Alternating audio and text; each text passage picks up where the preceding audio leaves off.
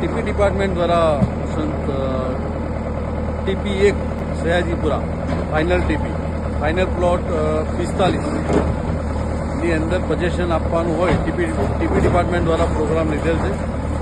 Bapat police સ્ટેશનનો staff, અમારી શાખાની team, TP ડિપાર્ટમેન્ટના એન્જિનિયરશ્રી, સર્વેશ્રી તથા medical department, GB, street light અને હેલ્થ બધાને ડિપાર્ટમેન્ટને સાથે રાખી TP1 સયાજીપુરા ફાઇનલ ટીપી FP45ના દબાણ દૂર કરવાની કાર્યવાહી ચાલુ.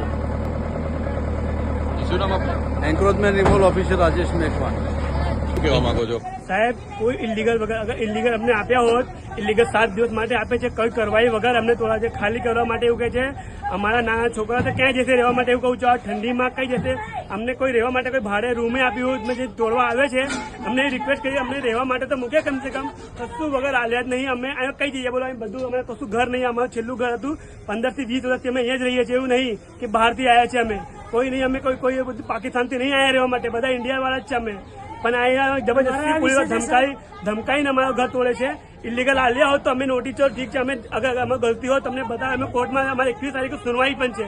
સુનવાઈમાં કશું વગર સુનવાઈ તોડે છે ધમકાઈને કે ના તોડો તમને એવું બધું નાખે. અમે શું કરીએ? અમે રહેવા માટે ઘર નથી. અમારું 3 ઘર છે. અમારું 15 થી 20 લાખ રૂપિયાનું નુકસાન થઈ ગયું છે. कोई सुनाई नहीं है. हम लोग हाथ जोड़ के गोड़ की बिनती मांगी, 8 दिन की टाइम दे दो. बोलते हमारे पास पुलिस का डिब्बा बैठा दो, ऐसा बोलता है. कौन बोला है? बहुत बड़ी वाला ने कौन बोला है? हमको अभी